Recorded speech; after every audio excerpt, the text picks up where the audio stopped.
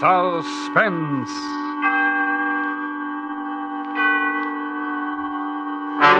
Tonight presents transcribed A Murderous Revision, the story about a man who made a recording of a violent death, starring Mr. Richard Widmark.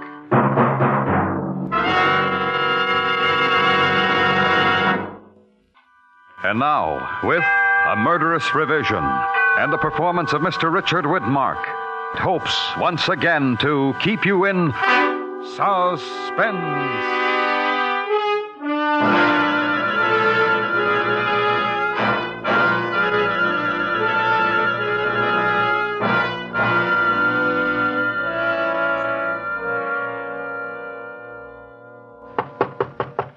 Yeah? What did you want to see me for? Oh, Chris. Come in. Sit down. Did you get to hear the show Sunday? I don't like to listen to the show. Oh, why not? Because I don't, that's all. Hey, Mr. Goodwin, I put some zip in that closing scene. I want you to hear it. Got the playback ready. Now, hand me that record marked Part 2, will you? Thanks. I don't know, Chris. I don't make you come to rehearsals. You don't have to sit in the control room all day. The least you can do is listen to the show at home. Well, listen to this now. George. Honest, I didn't mean it, George. Get this, Chris. Get this. Do you mean to say that you didn't really mean it when you told my brother you didn't love him? You forget, Doris, that I heard you every word while I was hiding behind the Davenport the night my mother was here. George, I beg you, don't do this thing. Put down the gun, George. Now, this is only what you deserve. You tricked me for the last time, Doris. You tricked me for the last time.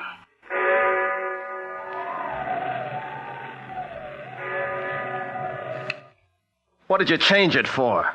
What was wrong with the ending the way it was? Why did you change it? Now, just take it easy, Chris. I'll tell you why I changed it. Because it was wordy and repetitious. It didn't tell the story. The boys upstairs... The boys upstairs. Yeah, that's just what I thought. The boys upstairs.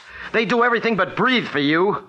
Did it ever occur to you that maybe people are wordy and repetitious? Chris, I'm trying to tell you the scene the way you wrote it Just didn't play. Yeah, that's right. All the trade cliches, drag them out. It didn't live. It didn't play. It didn't make the right goosebumps come out on your left elbow. How did you ever get into this business? Who ever let you into a radio studio? I'll tell you what's wrong with you. What you need's a good psychiatrist. Don't you tell me I need a psychiatrist. Let go of me.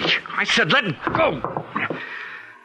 Why, you're nuts. Now, you listen to me, you. For 2 years now, I've turned out a murder a week for you, week in and week out. A murder a week. I eat murder, I talk murder, I dream murder, and for what? Every time I turn in a decent script, you chop the heart out of it. Your contract's up next week, Chris. You've got only one more script to do.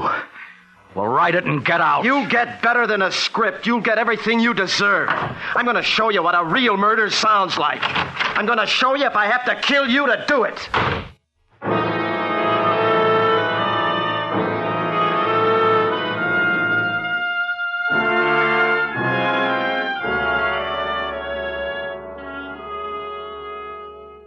Good evening.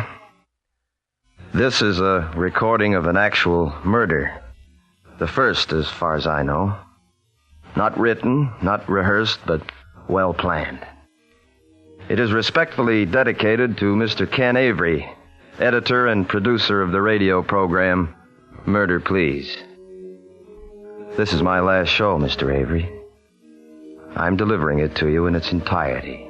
Cast, music, everything. The events and persons are absolutely real. It's going to be a great show, Mr. Avery. You'll hear everything but the climax. I'm speaking into a microphone concealed in my desk, concealed with the other recording equipment I've rented for the occasion. The music you hear is coming from a high-fidelity phonograph at my side. This program is produced, edited, directed, narrated, engineered, and plotted by Christopher Turner, whose only claim to immortality is this single half hour. And now, Mr. Avery, the leading characters in order of appearance. The murderer, Christopher Turner. The catalytic agent, your daughter Lois. The victim, yourself. And now, please to begin.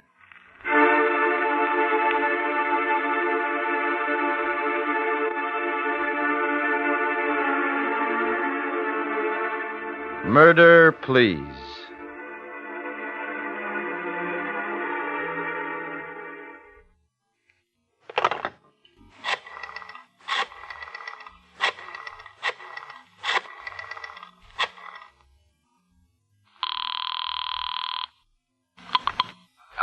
Hello, Ken. This is Chris. Oh, now I listen, hate to bother Chris. you at home, but I wanted to apologize for the way I acted. Could you drop over to my office right away? Sorry, Chris, no go. I put up with your little insanities for 2 years now. Temper tantrums, insults, coming in stewed to the gills. 2 years of that was plenty. I see. You won't change your mind? Not a chance. Maybe you can find somebody more patient than I am. Good luck. Thanks, Ken. Thanks a lot. Lovely opening scene, Mr. Avery. Thank you. You did exactly what I wanted you to do. You just threw away your last chance to save your life. Good work, an excellent performance. Well, if you won't come up to my office by invitation, which I suspected you wouldn't, there's still another way. The telephone book. Listen, Mr. Avery. The sound of the flipping pages. Your daughter's phone number. Here we are.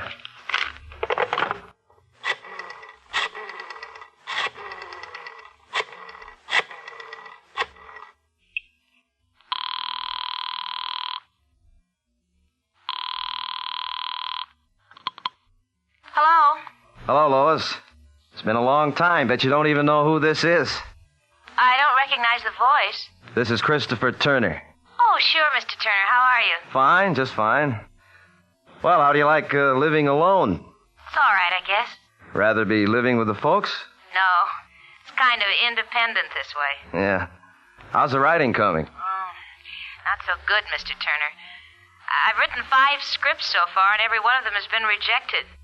I don't know what's the matter. Well, the reason I called was your dad and I had a talk this afternoon about you. He thought maybe I could pass on a few tips. Oh, I wouldn't want to bother you. Oh, now, this isn't an obligation on my part, Lois. I like to help young people. Say, what are you doing this evening? Well... You see, here's the point, Lois. This is the only free night I'll have this week. Things are sort of piling up. And maybe you're doing some little thing with your writing that I could straighten out in an evening. Well, all right, Mr. Turner. Good. You know where my office is? I don't think so. It's right across from the broadcasting studios, the Brown Building, room 208. I'll be right over. Fine. And bring your scripts with you, huh? I will. I certainly appreciate this. Not at all. Bye. Bye. I'll be right over and bring your scripts with you. I certainly appreciate this. Not at all. You see, that's how people talk, Mr. Avery. Let's see, what else? Oh, yes, sound. Drawer opens. Gun taken out. Click of breech. Whirl of chamber. Bullets inserted in chamber. 3, 4, 5, and 6. Gun in drawer, drawer closed. And now we must wait. You see, Mr. Avery? Fate is a better dramatist than either. Just when things start getting dull, the phone rings. Hello? Hello, Chris. Hank. Oh, what's up? I tried your place all night. I tried your sister's place. Finally, I called your office. I wouldn't let myself believe it, but here you are, slaving away for old man Avery again. Say, when are you going to tell him to go take a flying leap? I did that just today. No kidding? Yes. Well, congratulations. From here on in, nothing but bigger and better things. Yeah. Say, there's a rip-roaring poker game going on over here. Just room for one more sucker. What do you say? No, I can't tonight. I'm doing my last show. Oh, forget it for one night, why don't you? Live a little. Thanks, Hank, but I can't. I'm coming over and get you away from that typewriter if I have to use force. No, I can't, Hank. The show's Sunday. Look, I got a script due tomorrow. You don't see me knocking myself out. Let him wait. Listen, Hank, you can't come over here. Don't you get it? Oh, I'm sorry, Chris, honest. If I'd suspected. Sure thing. Well, take it easy. Call me for lunch or something. You bet. Sorry, boy. Bye. Bye. Whew, that was close. Good scene, though.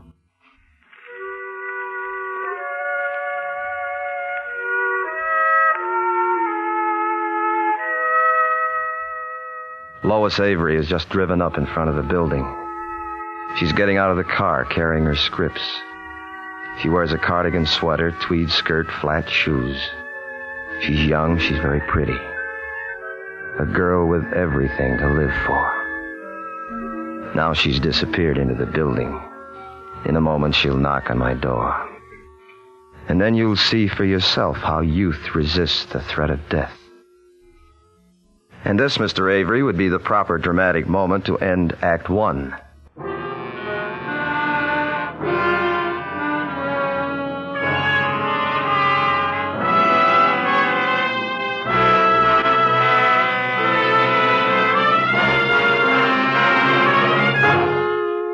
Is bringing you Mr. Richard Widmark in A Murderous Revision, tonight's production in radio's outstanding theater of thrills, Suspense.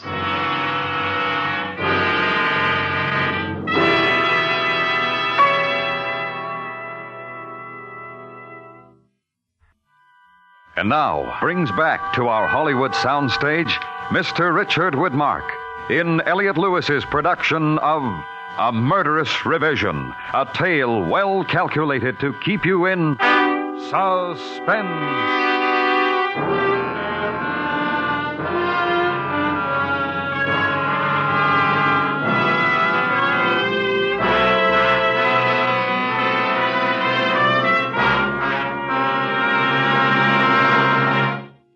Act Two. This is Christopher Turner once again, Mr. Avery, bringing you by transcription the first recording of an actual murder ever made specifically for broadcast. The setting, my office. The music, recorded. The time, night. The victim, yourself. Your daughter has just entered the building. And so concludes the usual resume with which we begin the second act of every Murder Please program. I hear her footsteps in the hall. Your cue, Lois. Sound, knock on door. Come in. Hi, Lois. Come on in. Thanks. I brought the scripts with me. Wonderful, wonderful. Sit down. I hope I'm not putting you out. I always tell Dad to stop imposing on my behalf, but I guess he'll never learn. Now, look, you're here because I want you here, and for no other reason. Cigarette? No, thanks. This is a nice office. It serves. Just a hole in the wall, but quiet, nothing fancy. I like it. Well, how long have you been scribbling? 6 months, Mr. Turner. Let's just make it Chris. Huh? What sort of things? Murder, mostly. Somebody told me that's what sells best. True. Well, let's just start talking about murder. Maybe something interesting will come out. Question number 1. Why do you think people kill? Lots of reasons, I guess. Money, love, revenge. Not really. Only for survival. They kill for money only when money means life. Their idea of life. They only kill for love when life depends upon that love. They only kill for revenge when life is intolerable without it. You see? That's very interesting. Could you kill? I don't think so. Well, maybe you could. Here. See? A gun. And loaded. Please put it away. Take it. No, I'd rather not. It's very obedient. It won't fire unless you press the trigger. Take it. That's it. Now point it at me. Please, Think now, think. One touch of your finger and you kill me. One little touch. A very delicate instrument to trigger. There's a sense of power there. You feel it? I'm afraid. Fear, yes, but exhilaration, too. Like the second drink. I feel it, yes. All right, you can give it back to me now. Well, so much for the murderer. Now, what about the victim? Afraid of death? Sometimes. What is death to you? Death? I don't know. No idea? Emptiness. Blackness. Nothing. Is that so terrible? Yes, because you really don't know. Like the dark. That's it. Do you know any more about death than you do about me? You? Yeah.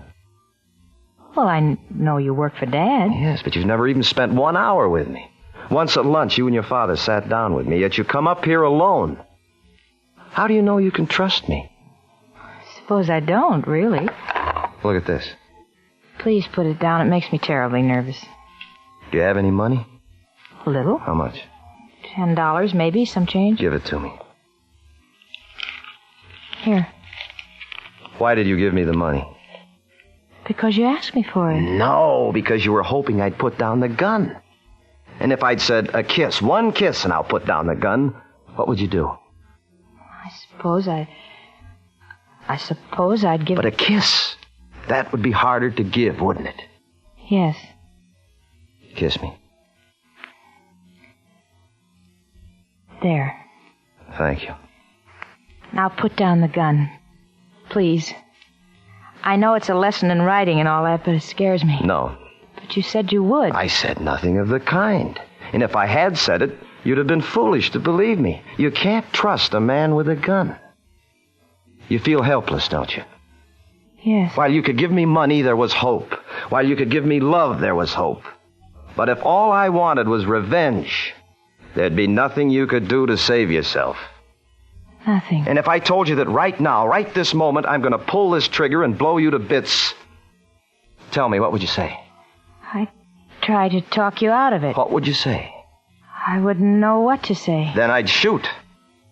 I'd tell you about the electric chair. Very little threat to a man about to kill. Later, maybe, when he's running away, then he'd think about consequences, but not now. Now it's only kill. Now, what else? What else would you say? I'd beg him. He wouldn't listen. I'd plead with him. I'd say, please don't kill me. And if he still wouldn't listen? Then I'd die.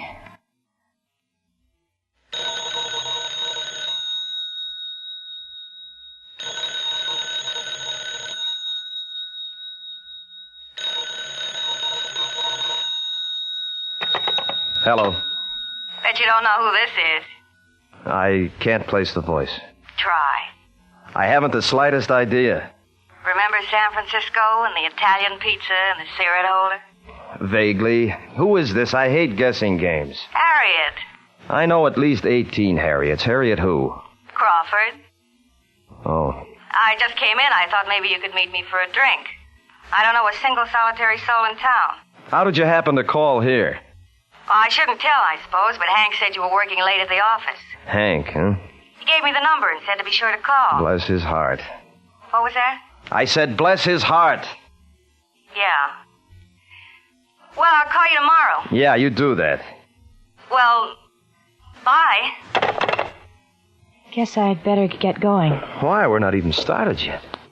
Well, if you don't put down that gun, I'm going. I don't like it. Sit down. I want to tell you a story. Now listen. Please. Please sit down. Now, this is just a sample plot. You can have it if you want it. It's about a writer who had great novels in him, great plays. But he was broke. So, for the sake of a place to stay and a meal to eat, he started turning out radio mysteries. He turned them out until every drop of originality was squeezed out of him. And all the greatness he might have been ate into him because he'd leave nothing to the world, nothing but scripts to be swept up by studio janitors after the broadcast. Well, the writer made his decision one day. He'd do a last radio play, a radio play with an actual murder, the only chance he had for permanent survival. And he selected as his victim the man who had ground him into the dust. He selected his editor and producer, Ken Avery. Please. I like you. I like you very much. I wish this could be happening to almost anyone but you. Get to the phone. What? The telephone. What for? You're going to call your father. No. No, I won't do it. You'll call your father and you'll tell him to come up to my office. Now pick up the receiver. No, wait. I'll do it.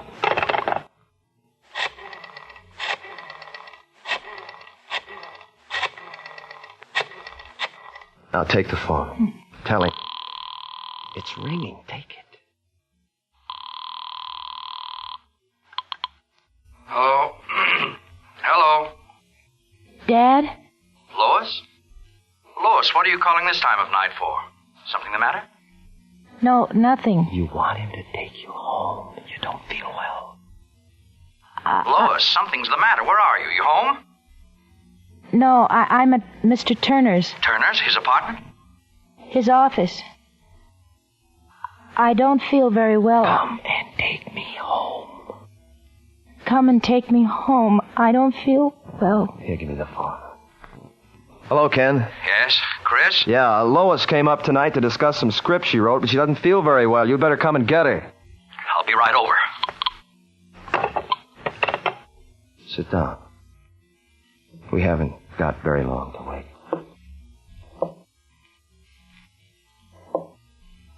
20 minutes have gone by.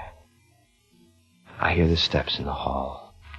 The sure, plodding steps of her father, Mr. Ken Avery. The climax, ladies and gentlemen of the listening audience, I address to you. Mr. Avery will never hear this portion of the entertainment. Come in. Lois, are you? Well, what is this? Sit down. There's a chair reserved for you. Lois, what's been going on here? Tell him, Lois. He's going to kill you. He's going to kill both of us. Close the door. Oh, Chris, put that thing down. Somebody's liable to get hurt. What's the matter with you? Drinking again? Nothing to drink. Very sober. Sit down.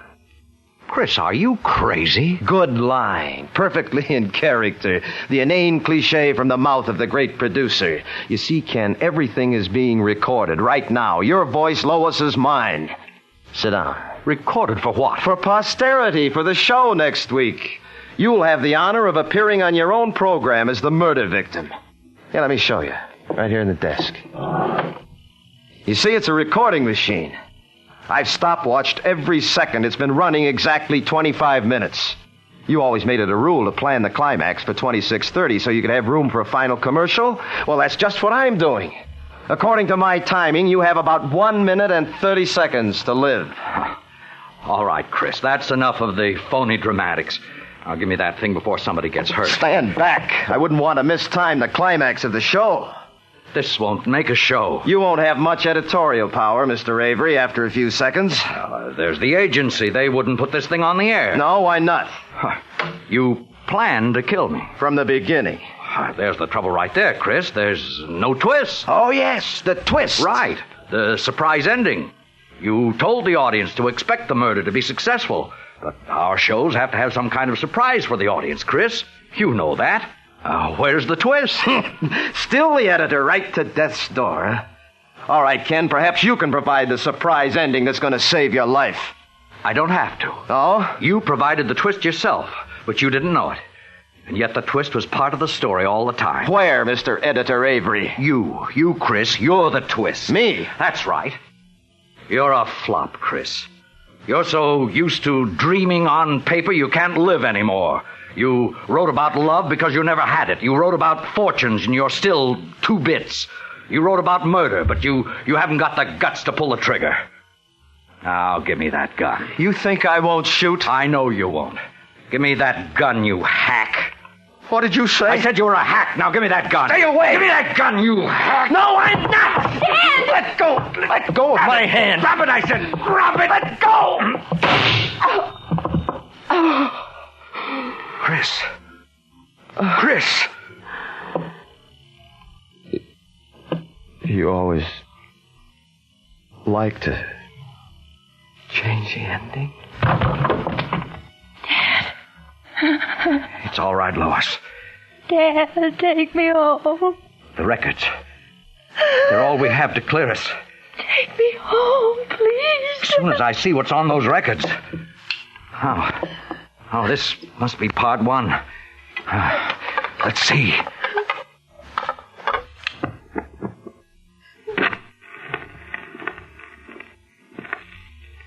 Good evening. This is a recording of an actual murder. The first, as far as I know. Not written, not rehearsed.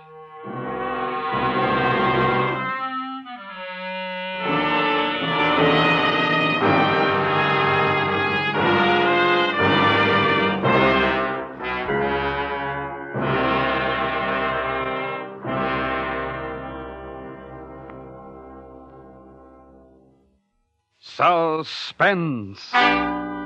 Tonight's star, Mr. Richard Widmark. Next week, Suspense.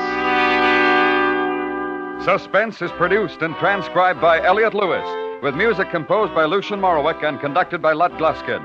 A Murderous Revision was adapted for Suspense by David Ellis from a story of S. Lee Pagostin. In tonight's story, Kathy Lewis was heard as Lois, Joseph Kearns as Ken, Charlotte Lawrence as Harriet, and Jerry Hausner as Hank. This is the CBS Radio Network.